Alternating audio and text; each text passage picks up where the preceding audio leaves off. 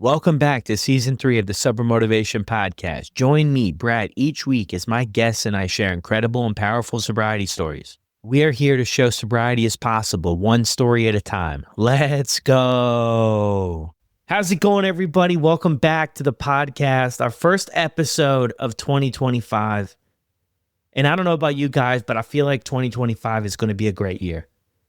A lot of great stuff happening. I feel like it's going to be the year of living an authentic life, pursuing the goals that we have for ourselves, whether it be in sobriety, in other areas of our life.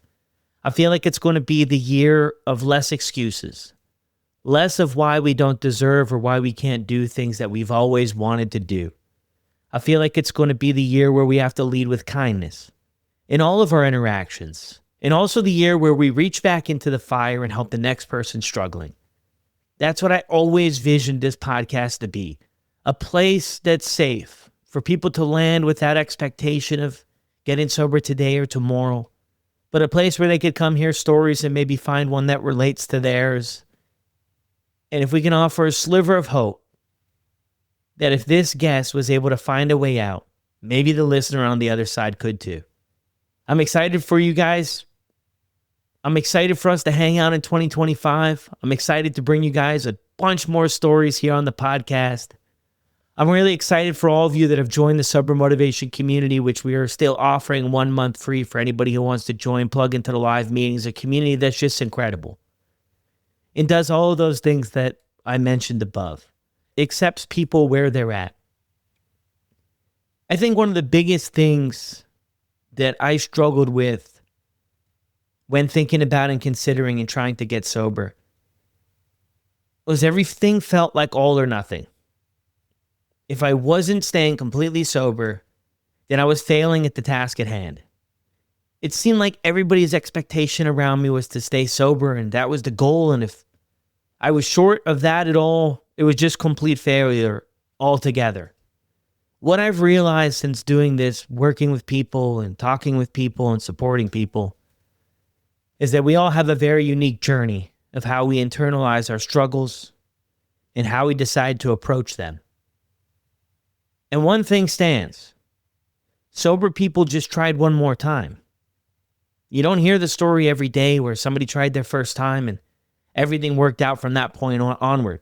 It's a very rare story in the community, I think. Of course, it's out there. But the more common story you hear is get up, fall down, scrape your knees a little bit, get back up, figure out what didn't work, repeat the process. And it's very tough to go through that. But I just want to throw it out there heading into 2025. No matter where you're at in your journey, just keep going. Just keep showing up. And there's one suggestion, if I could make it, get plugged in with other people that are on this journey.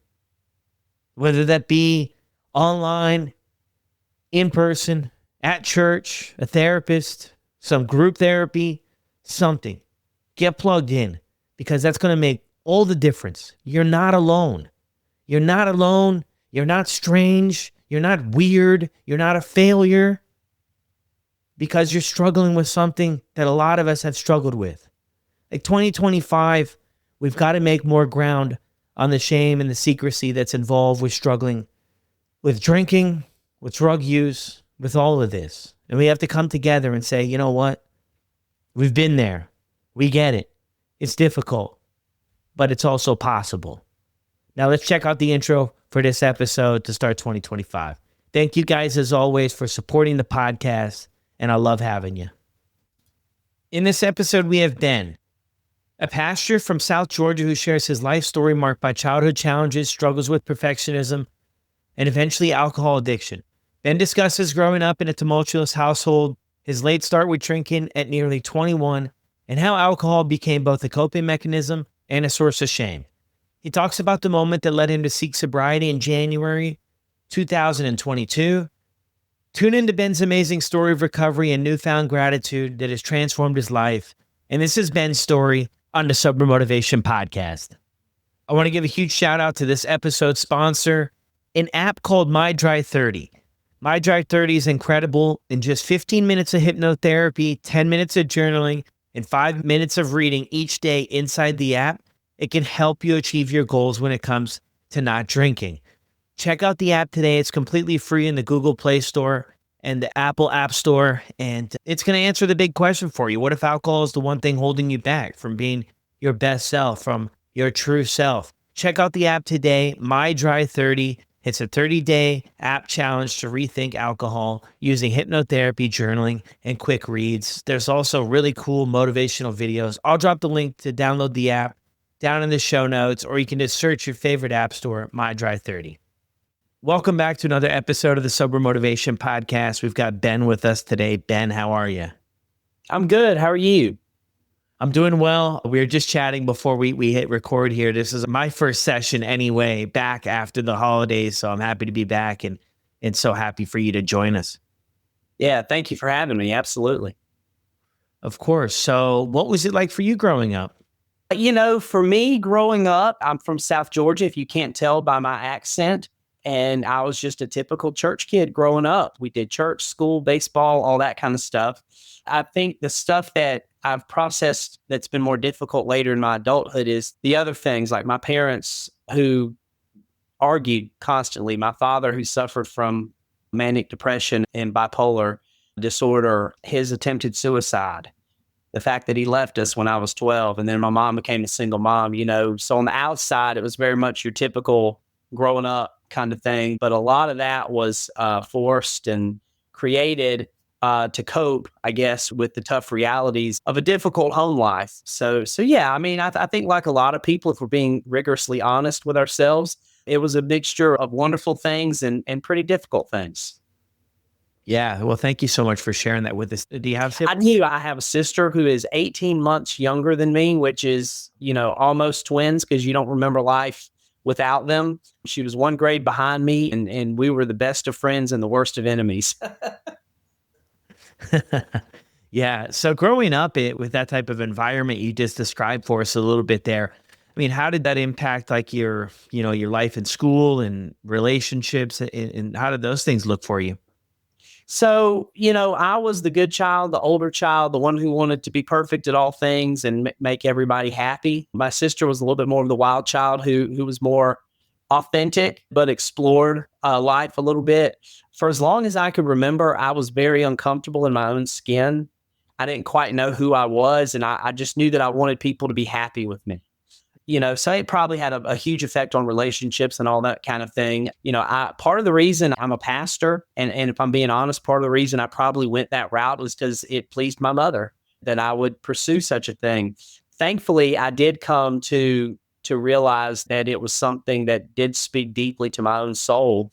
But yeah, some of those dynamics had a tremendous impact growing up. When did you start drinking? Was it a high school thing for you or no?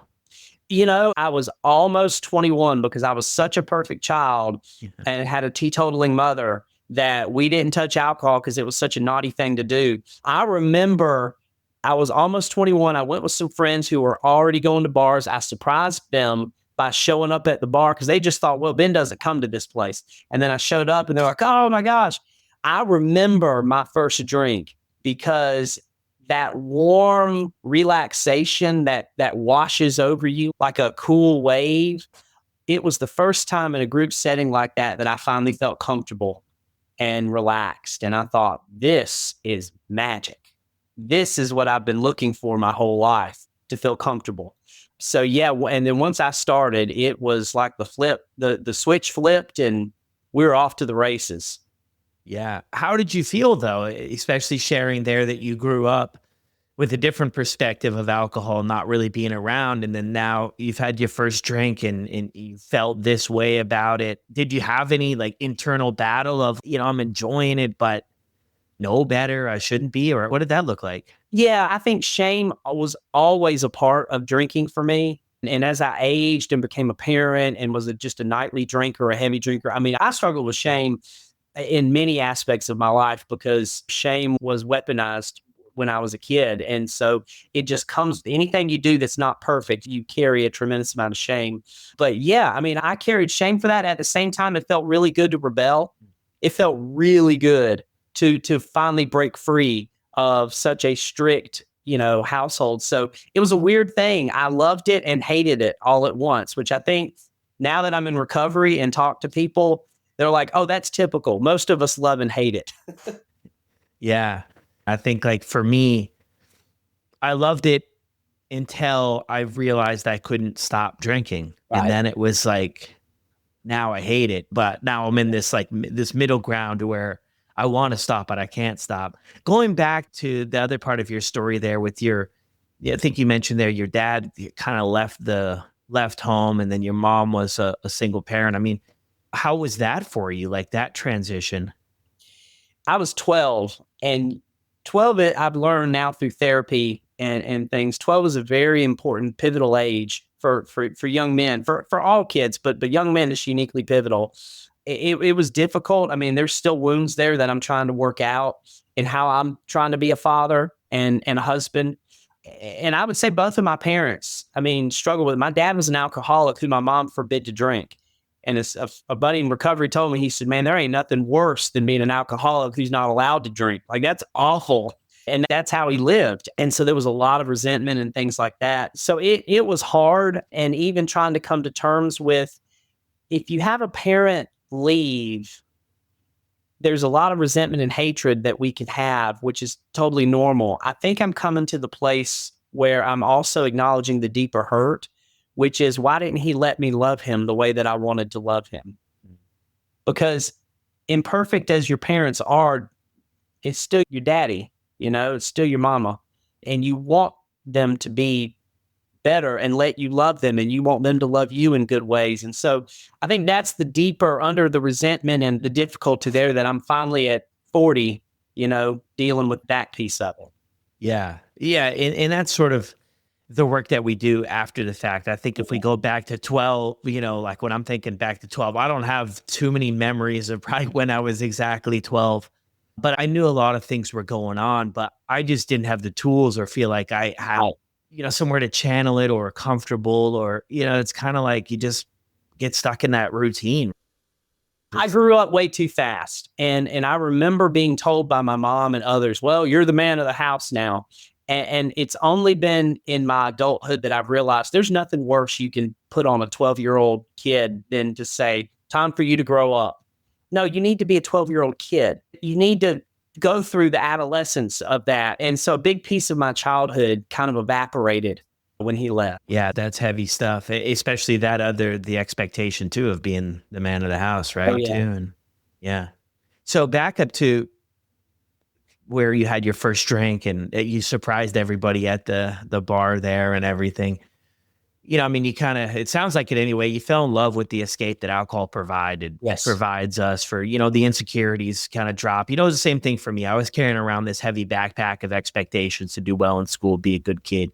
And I was like the complete opposite of sort of what you're sharing here. I was the troublemaker, getting arrested in high school, on probation, failing all my classes, running away from home, causing complete destruction. And everybody around me, my parents, people that supported me, just they weren't expecting the moon, but they were like, come on, can we just kind of get these basics down?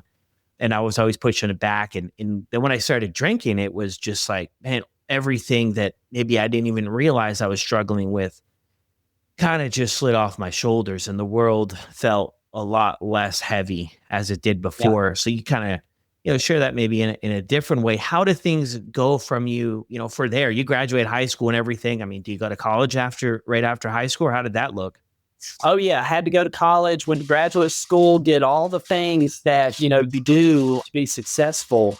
And this was my little secret, that for all the, like what you just described, even though we kind of had two different approaches, I think we're both voicing the same thing, which is someone says, do you have a problem with alcohol? And I want to say, no, alcohol was the solution to my problems. My problems were way deeper than all of that, but alcohol helped fix it until it couldn't do it anymore. So I did all the right things and lived at this almost internal fever pitch of pressure. And I said that the drinking, and for me, was like releasing a pressure valve, or almost, sort of walking into an elevator chute and just hitting a button, and it's your escape hatch. You just kind of escape for the night. You'll be back the next morning. You'll deal with the expectations. You'll try to be perfect for everybody. Let's take a break from that. And that's what alcohol did for me. And so it progressively became more and more. When I was in college, it was just a lot of beer, liquor here and there. But as I got older and wanted to be sophisticated and, got a job and post grad school and I could afford things like good bourbon and gin. And, that's what sophisticated friends did. And we'd had bourbon tastings and all that. Nobody realized though that while they were like sipping, I was guzzling. you know, I didn't understand why anyone didn't feel this intense, let's get after this, even in casual settings. So yeah, I mean yeah, I feel you. Yeah. It's so interesting too that like I picked up on it probably fairly early on that I drank different than my peers. Like Yeah. my motivation about it was drink, just try to get to that buzz as fast as possible as to Yeah. where, yeah, I mean, there were some people like that I associated with, but like most people seemed like they were just pacing things, enjoying the parties, especially in Yeah. college, enjoying the company, like trying to stay somewhat coherent to, whatever it was, flirt with girls or, whatever people wanted to do, play the drinking games. But for me, it was just as fast as I could get it going. And was there a time for you where you had any insight to, like maybe this looks a little bit different than other people around me? Yeah. So I said I'm a pastor and I was the cool pastor. I'm the pastor who'll go have a drink or two with you. And I realized at some point that I felt pressure because I couldn't drink too much with people who saw me as a pastor. But it was I would find myself like almost fidgety to finish that happy hour meeting so I could get home and drink the way I wanted to drink. So yeah, I can always have one or two and restrain myself when I have the pastor hat on. But then when I get home, we're going to get after this. And so, I knew that was different and weird. I knew if I ever traveled for meetings, I always knew that I drank harder when I was by myself. Now, I didn't know it at the time, but looking back when recovery friends gave me language that we do our best drinking when we're by ourselves because nobody's there to judge us. Nobody's there to say, hey, isn't that a little, oh, hell no, let's do this thing. So I knew that was weird. The other thing that I think about, probably about 6 months before I finally got sober, I would wake up just, feeling like a car had hit me from the night before. That was just a typical Tuesday night. And I would Google, how many drinks makes you an alcoholic? And so I knew logically there was something wrong, but I was trying to Google, does this make me an alcoholic? And now I realize if you have to Google your drinking habits, you got a problem with your drinking habits. Yeah, that is so true. I had one person, and I always love this story because I think so many of us have been there for the Google thing, where she shared on the podcast that she Googled it and then it, somewhere she landed on a questionnaire, but then Yeah. wasn't honest with the questionnaire. And Oh, she, looking back, it's like, whoa, red flag, right? It's just a questionnaire with ourselves. So interesting, right? Because I think obviously in the day and age of Google, I've heard that story countless times about how many of us end up there to figure out, ask some questions about our drinking. And I think for sure there's definitely something there to be looked at a little bit deeper if we're plugging into to Google to, look at or figure out how to moderate too. I think that's another one, right? Like how do we, yeah. then I could switch to this or switch to that or have a little bit less of a hangover in the morning, have give all kind of ideas. Yeah. At one point, I was like, oh, bourbon, that's my downfall. So let's keep some gin. So, because I drink bourbon way too fast. And then it was like, well, now I'm drinking both bourbon and gin at night. And then it was like, well, let's have wine. Wine's a step back. Well, then I'm having bourbon, gin, and some wine. The moderation, it's a form of our insanity. Yeah. It's insane how hard we work and how much emotional and brain power we use to try to configure what's the right calibration when it's just, I got a problem. Yeah. No, I'm with you 100%. So you finish up school and I mean, you did well in school though, go to graduate school, do school. So, I mean, at this point in your life, other than, probably internally, right? Knowing that, waking up not feeling great and a little bit of that, I should not be doing this, but I'm doing this. Other than maybe that stuff, like this isn't really bleeding out into other areas of your life, or is it? I was beginning to have some health issues. I was beginning to have some memory lapses, some wet brain type stuff.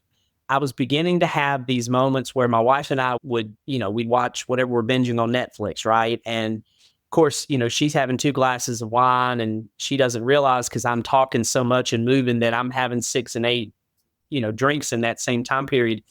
And the next day she would recount something and I would kind of look funny. And she'd go, "You don't remember we," and so I was beginning to have some things that were setting in that I knew I wasn't thinking right. My brain wasn't working right. My memory was starting to have some big lapses in there.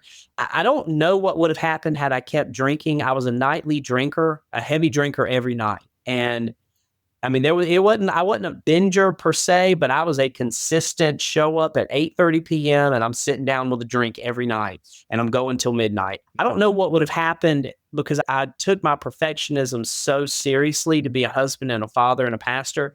That said, I don't know if it would have been that I would have failed at those things or if I would have gotten a medical diagnosis, like cirrhosis of the liver or, some other liver issue or brain issue or something that would have, done it. But I physically was beginning to slowly deteriorate. Yeah. Yeah. When did that, if you kind of have an idea, when did the daily drinking start for you? Was it always that way since you started? No, I think honestly, if I'm being truly honest, the daily drinking started about the time my wife got pregnant with our first child. And part of that was I was acting out because I loved going out and being social and all of that. And, your spouse gets pregnant and your life, and then you have a baby, your life gets very centralized at home. It's like boot camp. You're lucky to get 4 hours of sleep and all that kind of stuff. And that was my way of selfishly holding on to something that I thought was mine is I would drink. And then it just, well, I don't know. It's almost hard to pinpoint a moment because I just look back and go, when was the last night I was sober? Oh, yeah. And you can't remember. And so then it just kind of grew from there. I tried to do like a dry January in 2020, and I actually did it. And then, of course, 2020 and the pandemic, and then it was just off the rails and probably drank more from 2020 to the end of 2021. And my sobriety date is January 1, 2022. But those 2 years, I probably drank more than I drank in my life. Yeah, that's a story that, I mean, especially throughout, the COVID time, a lot of people that have come on the podcast, they've shared, things really ramped up because our connection, our routines, a lot of the stuff we were used to doing is at home, and the drinking went from, would it be 5 o'clock or 8 o'clock, went to 7 o'clock, 6 o'clock, and, just kind of kept creeping back for people. So you have kids, you have 2 kids? I do. I have 2 kids. I have a almost 13-year-old daughter and a 7.5-year-old son. Wow. Great stuff. And so did that change anything too when they were born for you? I mean, now it's, things kind of change a little, like you mentioned there too, right? I mean, does that kind of add to how you're feeling about your drinking, the shame and everything that's kind of built into it? Oh, yeah, for sure. I have got stories of passing out on the couch. My wife is a nurse and she's a nurse practitioner now, but she was a floor nurse early on and she would work the night shift. And so I was the only one on duty with the baby. And I mean, I've got stories of passing out essentially on the couch and my toddler has a bad dream and she wakes up and she comes looking for me. And of course she goes to my room where daddy's supposed to be at 2 a.m. But then she almost instinctively knew because that's just where I always ended up to come out in the living room where I was passed out from drinking and watching TV. And she wakes me up and just the flood of shame when your baby comes out, crying, looking for you and you're trying to pull it together and you're too drunk, oh yeah. So I feel a tremendous amount of shame for that. It was a little bit different with my son because my wife wasn't working on the floor as a nurse anymore, but it was definitely, there's a lot of shame for some of those early baby nightly calls, when babies need you. And I'm not able. I mean, there's one story in particular. I remember that my son was having a rough night and my wife had gotten up like 2 or 3 times. And she finally said, "Could you please get up this time?" And I go to get up and I was still so drunk that I fell and hit my head. And my wife is a very patient woman who was not ashamed. My mother could be a travel agent for shame trips. Sometimes my wife is not that way. But I remember looking up and my wife going, "Are you really this drunk?" And then she went to go take care of them. And yeah, there's a lot of shame for some of those nights for sure. Yeah. With that story too, just kind of going from there, was your wife mentioning anything to you, or like, how did that go? Every now and then, what she didn't understand was the brain power I would have to use to make arrangements to get booze whenever we traveled. That was something she goes, why do we have to stop and get something? Why do you have to go out and get something just because we're traveling? And she didn't understand that piece. Luckily, I was not a mean drunk. I was actually more fun and funny. Like I said, it made me comfortable and loosen up a little bit. So that part was okay. It was the memory stuff she started saying stuff about. It was the frequency with which, she realized I was going to the liquor store. But truly, for any of us who have kept it a secret, or worked to do that, there were things she didn't know that I made amends for later, that I just said, you need to know, like, I was refilling liquor bottles at the beach, and we would this is our weekly allotment. Well, I was running out 2 days later and I was going down there and getting shot bottles. And when you weren't looking, refilling them, sneaking around. I'd say, you go to the bathroom and I'm tiptoeing to refill my cup and top it off, all these things. And so she was surprised, I think, by some of that too. So yeah, a little bit, but she also, I don't think, realized how bad it was. Yeah. And that's another thing you bring up there that I think a lot of us like end up in that spot too, where we've lost complete control of this thing and we don't want that to get out for other people. And it's, for me anyway, it was kind of like that denial thing. I was with you too when you shared that other thing where you would put on your hat for being a pastor and put on your hat and you'd go and have 2 drinks or whatever it was. You're able to do that. I hated that, going over to buddies' places. I've shared on the show before. My buddy was just drinking far too slow. And I'm thinking, man, just cut the conversation, get back to your fridge. At one point in my life, I still had those manners. So I didn't want to, help myself to his beer fridge, but I'm just thinking, come on, let's just get going. Let's get something going here. We need 3 or 4, and then we can have our chat after that a little bit more. But we do a lot of it alone. That's a big story. We do a lot of it alone. And a lot of people share it on the show and wait for their wife or their partner or whatever to go to bed, and then carry on and have the drinks, and then maybe take the bottles out, feel the shame around the recycling bin, clink, clink, but then take them. Some people load them up in their car and take the bottles other places. So I would do it. I would go to the other room and I began to watch TV by myself because I just wanted to be alone. I mean, I was isolating in doing that, but I absolutely, what you just said, I just had a flashback to our cabinet where I would hide empty bottles and pull full bottles out so that it wouldn't look like, so I would throw them away all at once, because if I had an empty bottle every night sitting in the recycling, she would know how much I'm drinking. So you just hide the empty bottle back there where she can't see it, and you just pull the more full bottle. So it just looks like you had 1 or 2, but there's this whole manipulation system that you have to be mindful of.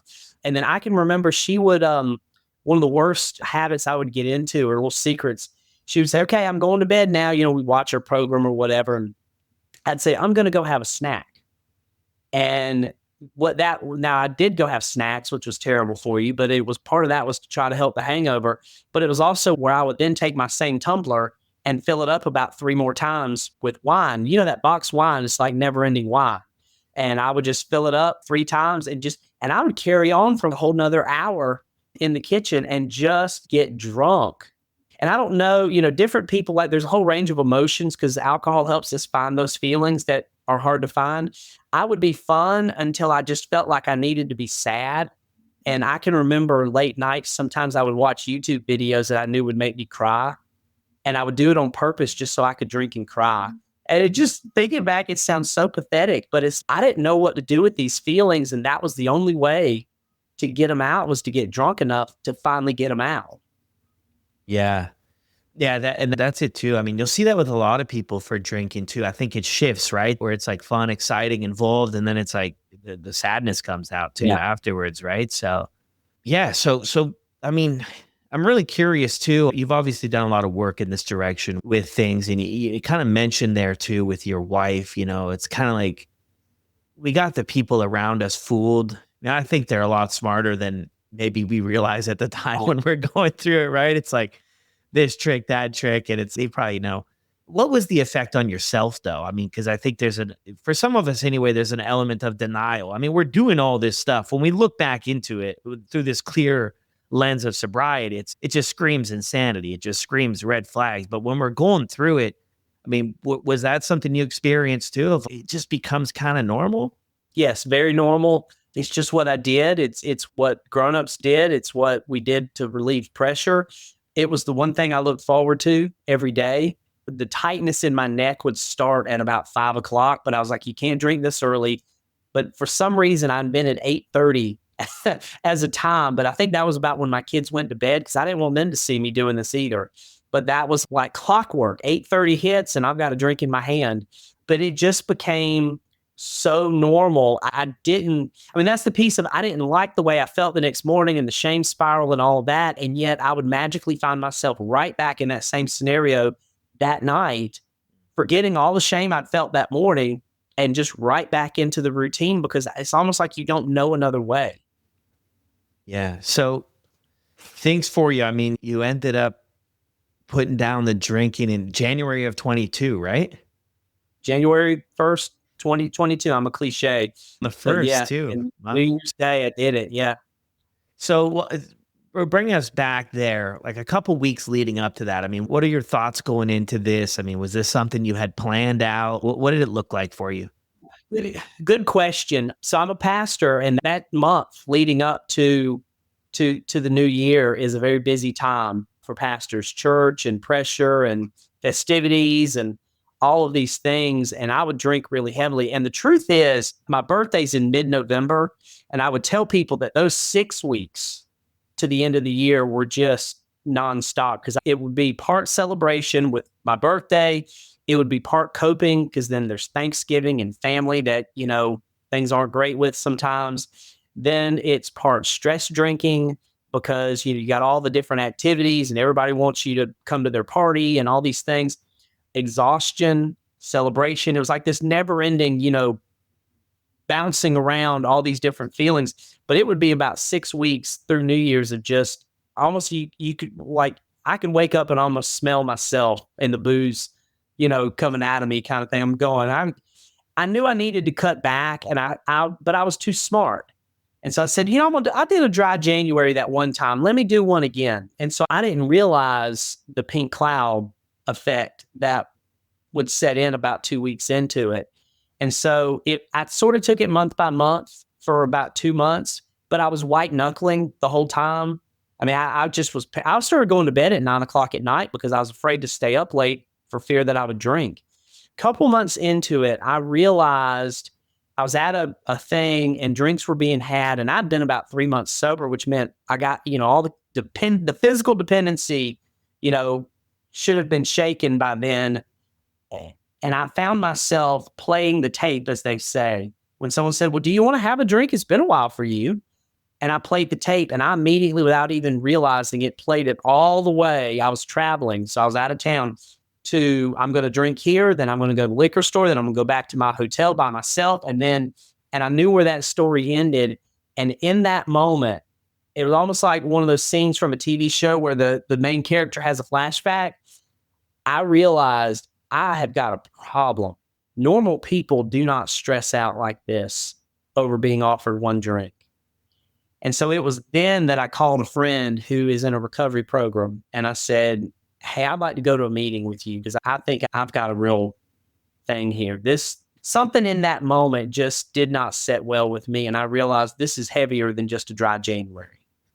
Interesting. Yeah. 3 months into it. So did anybody else know that you were doing this to begin with? Did you tell anybody? My wife knew. And then I told one or two friends, I'm trying to, cut back or however we rationalize it out. But no, I was very secretive about it. And part of that is the shame of realizing if I tell someone and then I go back and drink again, there's the whole embarrassment of I'm a failure at this. And so I didn't really quite know what was wrong. I knew that not drinking was beginning to make me feel better quickly. And like I said, I was having health problems and things that were really beginning to suck the life out of me. And they were almost instantly feeling better. So I knew that was good, but I was slow to come around to the notion of recovery as a lifestyle. Yeah. So more of the early approach of if I just remove the booze, then life will be grand and I'll be kind of on my way. It's so interesting too, because I think when a lot of us get into this, right, that's our thing, right? We see alcohol as this being the problem. And Right. if it's kind of like if there's a nail in my tire and I remove the nail and patch it, well, my tires, it's good. But with alcohol, if we remove alcohol, then we're left with self. We're left with That's right. ourself. And then if we go back Yeah. to, just hearing, and I'm sure there's so many more layers to your story, but just hearing how it was growing up and Yeah. this perfectionism thing, which I hear a ton on the podcast. I can't personally relate to that, like in any way. I'm more of like done is better than perfect. That's sort of my thing. But I get it though, how it can really creep into areas of our life. And then, you have all of that stuff that's kind of leading up to drinking is the solution, like you kind of hinted on earlier. And then we remove the alcohol and then we're expecting like everything just to be, Yeah. gravy. And, I'm sure there are people out there who they do that and things look good, but then there's other people where we have to continuously work and like you mentioned there, live a sober lifestyle and Yeah. change our lifestyle, change the people, places and things that we hang out. We're not going to fit into all of those, old things, right? I've rarely seen this work for somebody who puts down the alcohol, but still does everything that they used to do, a year later, right? Yeah. Like most of the time we lose interest, right? Me anyway, I get really bored places where people are doing a lot of drinking. I can go for a bit, but then after a while, I'm so bored of hearing the same stuff over and over again. So at 3 months though, you're like, okay, there's something kind of more to this, maybe more to the story. And then you explore, connecting with other people. And did you find that's really helped you get to where you are now, where you're really good at identifying, sort of what was going on? Yeah. I found a 12-step recovery program that clicked for me, got a sponsor, the whole nine yards. And for me, and I know everyone finds people in recovery can find recovery in any number of ways. And God love you. I mean, whatever helps you stay sober is great. But I know what worked for me. And it was taking on a program of recovery, practicing principles in all of our affairs, trying to live a sober life. And the big piece of that is just trying to discover what does it mean to be emotionally sober. It's one thing to be, physically sober, but it's like the big book says we can be dry drunks too. Your ego and self-will and all these things that were I had the biggest ego in the world. I was a perfectionist because I was going to be the greatest at everything. It didn't matter. And I would do whatever it took to be the best. And to realize how much of my self-will and my ego and, the lack of humility and all of that, that played into that. And then trying to be honest about it and deal with it in a way that says, like you said, to change people, places, and where we hang out, it's also changing how we show up. How do I show up in my everyday life? Do I show up as a person full of ego and self-will, or do I try to show up as something different? And for me, that requires that I stay sober, that I try to pray every day to ask for these things because they don't come naturally. I won't show up as that big egotistical personality, but I have to pray for acceptance and for this notion of letting go and letting life come to me and trusting that God's going to lead me there and all those things. So, oh yeah, absolutely. I mean, and that's why recovery is a daily journey. We're sober one day at a time. I just turned 3 years sober. And, as a friend reminded me, you're not 20 years sober yet, and you won't be until you hit 20 years. And so I don't have to worry about being 20 years sober. I can just be 3 years sober today. And then hopefully tomorrow I'll pray again and live a life and all the things, and I'll be sober another day. So yeah. Yeah. It's all those other things that have to change as well. Going back to working with the church, how did that process shape up for you in kind of how did you approach that? Because you've mentioned it before and we chatted a little bit, in email before too, right? Harboring that secret and Right. and feeling like we have to keep it. I mean, we talked to before about the full-time job, right? Not only just making sure we have enough to drink, but also making sure that nobody else picks up on how much we are drinking. it really keeps us busy. So how were you able to work through that? When did you, bring this to everybody, if that's something you did, or yeah, what was that like? So I was about 14 months sober, and before I said anything publicly, I nurtured my recovery like a newborn baby. You know how, like, when you have that new baby, you don't take them places because you're afraid they're going to catch something, and all of that, and they haven't had all their immunizations yet, so let's be real careful and wash hands. And that's how I treated my recovery. A friend of mine who's also a pastor, who has been sober 20 years, said to me when I turned a year sober, he said, Ben, you're going to want to say something at some point. I don't know when, and God will tell you when and all that kind of stuff. But you have a story to share, and you have no idea who might need to hear it. And so I did. I happened to, being that I have a job where I talk for 15 minutes a week with undivided attention, I preached a sermon series for Lent one year, that season where we give up things. I did a sermon series on the 12 steps and kind of broke them up, weekly leading up to Easter. And I just decided that in the first one that I would preach on the first step, and, just made mention that I know some of these things are true because I'm a person who's in recovery. I'm 14 months sober. And you may not know that, but I feel like I should share that with you. I will say I know pastors who have done that and it caused real issues for them. I am very blessed by some wonderful, open-minded, compassionate, caring people in my church who, some of them kind of shrugged and said, okay. I have people who are in recovery in my church, and they rallied behind me like I don't even have words for the graciousness that they had for me. So I've been lucky that I could be that authentic and that honest about something that was my terrible, deep, dark secret, and it be received in such a loving way, because that's not always true for everybody. And it's amazing, by the way, how many unique opportunities since I did that over the last, year and a half or so since I shared that. My grandson, my sister, my husband, here, I want you to talk to somebody. All these secrets start to come out from people who didn't think they could share their deep, dark secret. And all of a sudden, now we can meet each other in a very tender place to say, let's really talk about what's going on in our lives. So in that respect, my recovery has also turned out to be my greatest gift. Yeah, wow. Were you nervous for bringing that there, or like just kind of picturing that, leading up to that? Absolutely. And what I loved about my recovery meetings was that I didn't tell people what I did for a living. I was just Ben. Hey, I'm Ben, and I'm an alcoholic. We didn't go into job descriptions and none of that.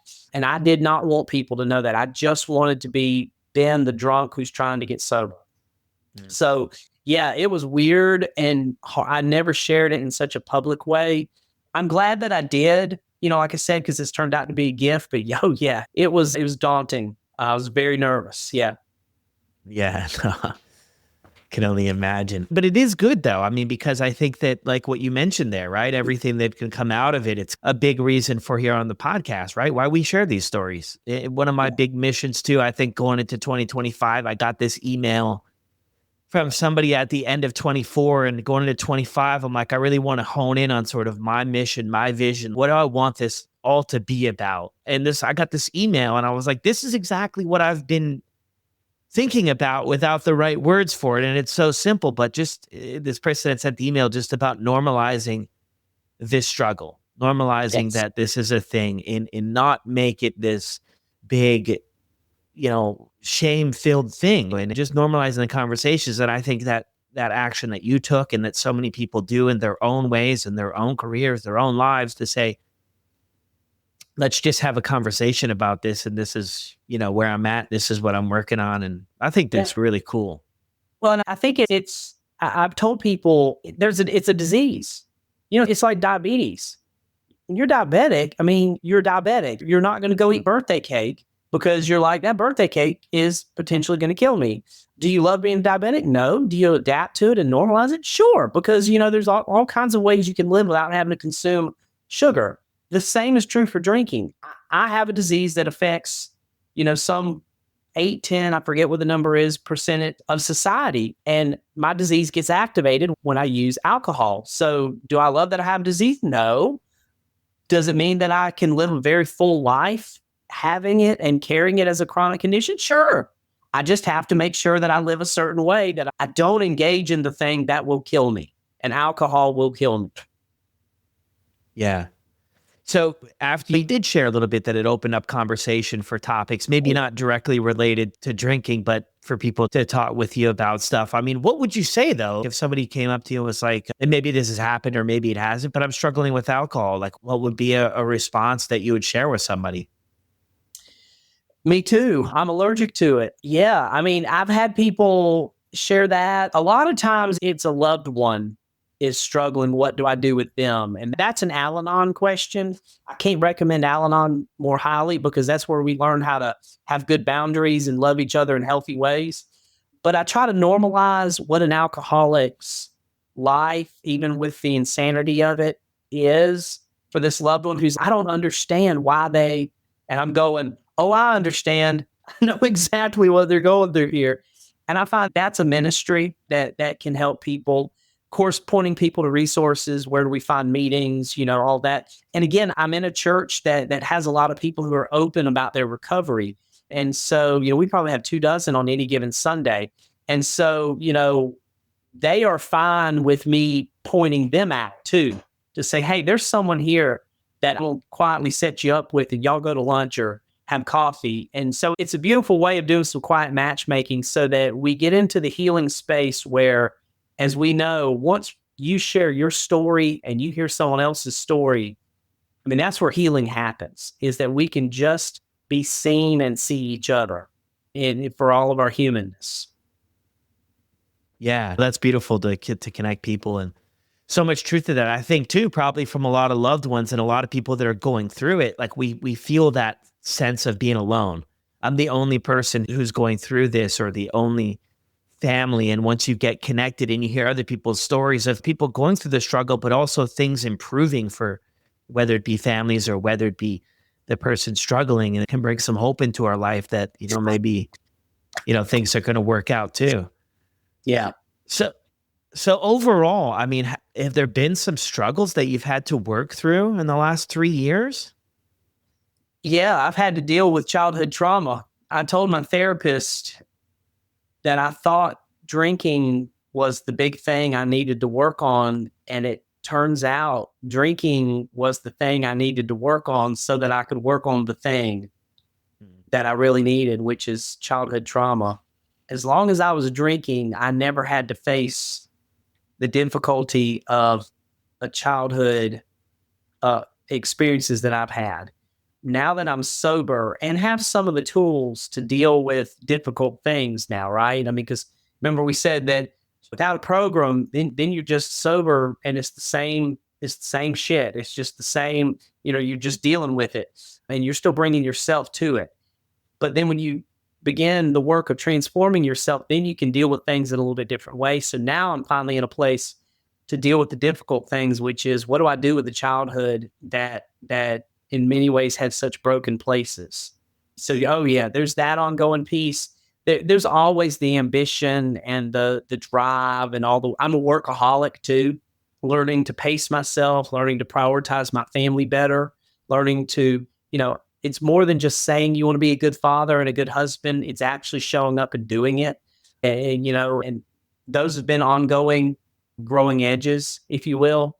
So, yeah. Yeah. So a lot of good things too. And yeah, I mean, I think that's where a lot of people, get with time, right? I have so many different conversations with people that are considering sobriety or already into it, right? And it seems like early on, I mean, it's good, but it's going to be different for everybody, but they're eager to really get down to the nitty gritty. And I'm like, whoa, 2 weeks in, let's just get 90 days without drinking. We don't need to uncover stuff, but it is really good to hear that you're still plugged into the process of the healing journey and everything else that goes into it when the time comes, right? To work on. But you just named the number one thing that you're right. People want to fix their lives, and it's no, get this drinking thing under control, and it takes time. let that time set in, and then we can get to those deeper things. But oh yeah, you're 1,000% right. Yeah, because sometimes I've seen people do it to where they dig into all that stuff, they get into therapy, and things get so overwhelming, and then they're back to drinking again. Because you can't go through all of those different emotions, right? It's already a lot to walk away from drinking. Your lifestyle changing, friends are changing, what you're doing changing, career might change. A lot of changes can happen in first 6 months or so, but it's so cool to hear. Furthering it too, you had mentioned too that you have published. Did you just publish the book? I did. I did. December of 24. So it's just come out. Published a book called Grace Rediscovered, Finding Hope and Healing Through Recovery. It's a book that's largely about my recovery story. But it's really, people say, what's it about? I would say the easiest way to put it, it's a 12 steps for everybody. My wife, early on, when I was kind of excited about going to meetings and what I was learning and all that, she said, those 12 steps really could work for like people who aren't alcoholics too. And that stuck with me. And so the framework of the book is a lot of it is kind of walks through the steps, especially the first three. What does it mean to kind of work on yourself? That's the character defects and the inventory and all of that. What does it mean to learn about forgiveness? That's steps 8 and 9. What does it mean to have a spiritual life? And part of that is, how do we pray? How do we not put things like work and success ahead of, the things that really matter? That's steps 10, 11. And then, the end of the book is, how do we share this story of healing, our story of healing, with others? And that's step 12. So there's the framework of the steps without being explicit about that. But yeah, it's the 12 steps for everybody. Now, I will tell, for anyone who's interested in it, it does come from a Christian perspective, because I am a Christian pastor. I believe that we all find a higher power. As long as we find a power greater than ourselves to lead us in recovery, you can name that power whatever you need to name it. Now, I do take, because I've just been born and raised in the church, so I take a Christian approach. And I'll say, for those who share my view, the ideas of God and salvation and healing and hope and all these things, they became very different when I experienced recovery. It was like something you always sort of grew up hearing about became very real for me. And so that sobriety date for me means a lot more than just physical sobriety. It's where I became closer to God in a very meaningful way. And so the book really kind of explores, how can we get through whatever existential crisis we're going through, that we're just sick and tired of being sick and tired over, and experience through the framework of these steps and beyond, hope and healing in whatever recovery we need in life. Yeah, and it's opened up to, be beyond, I guess, just the struggle of addiction, right? Any recovery that you're going Any through. addiction, any workaholism, any, whatever it is that is a thing. Because there's all kinds of things we can be addicted to. We can be addicted to trying to fix other people's problems. I mean, there's all kinds of stuff. So yeah, it's addiction in a big sense, but it's how recovery, we all need some element of recovery in our lives. Yeah, 100%. What motivated you to put this book together? Partly, I think it was cathartic. Like I said, the dealing with my own wounds, it just felt like I needed to put something in writing. Part of it, my wife, I said, inspired. Part of it is my friend that I mentioned, who said, you've got a story to share. And this kind of became the story I wanted to share, that it's okay to not be okay.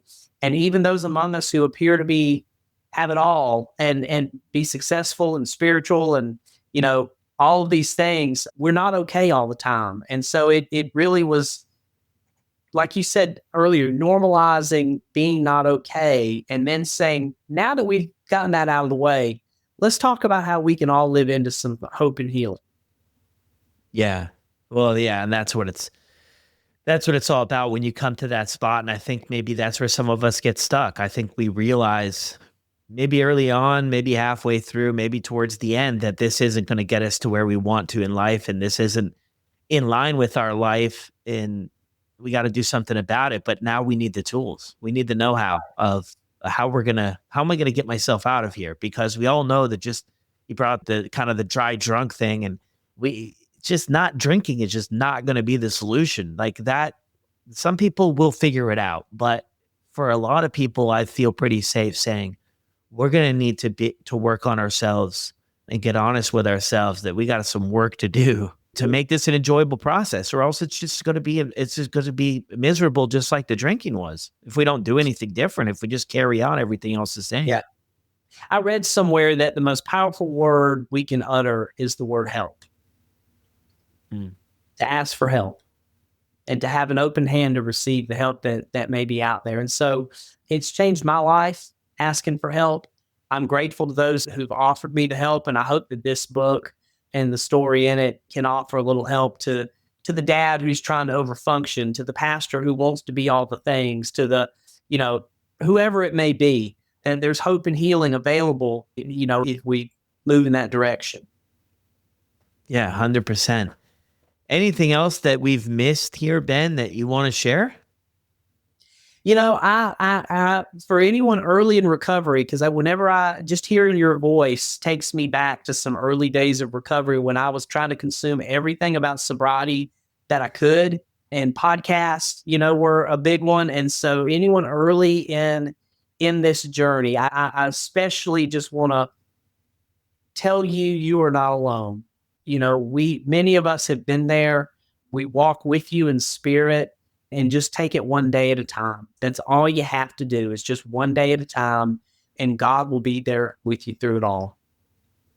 Yeah, awesome. I always love that approach. It keeps things grounded, right? Because we can, like you mentioned there earlier, right? The 20 years, and it's all about just today. I mean, I always look at it too from, I don't know, maybe a weirder perspective, but I'm just like, today's all we got. I mean, tomorrow, you know what? Like, we'll wake up tomorrow, everything's going to be great. But the reality is, like, I don't know that to be fact. So why worry about everything else that I can't do everything about, a year from now, 2 years from now? I wake up every day with the mindset of, I'm just going to do the best I can do today. Some days I do better. Some days I come up a little bit short. Some days I hit the bullseye, but I keep it going. Yeah. And I also find that living a day at a time like that helps me be more grateful, because I'm not assuming or feeling entitled to tomorrow or the future. I don't have it. And so every day that comes is, oh man, what a gift I have today. And then you wake up the next day and you say, oh man, what a gift. Here we are. It's helped me be more grateful to try to live that way. Yeah, I love that approach. Since you brought that up, before we go, after this, we'll wrap things up. Gratitude. I mean, did you have that in your life, an element of that, or do you feel it on a deeper level on this journey of sobriety? Yeah, I would love to say I did have that in my life. And I guess I did to a degree, because, you're a pastor and a professional spiritual person. I did not have gratitude the way that I have it now.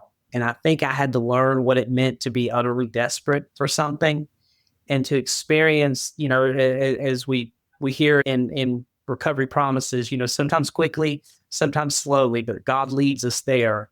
And I look back at my sobriety, and every day that I'm sober, today makes 1,104 days. I keep a daily in my gratitude journal, a daily count, and I'm 1104 now.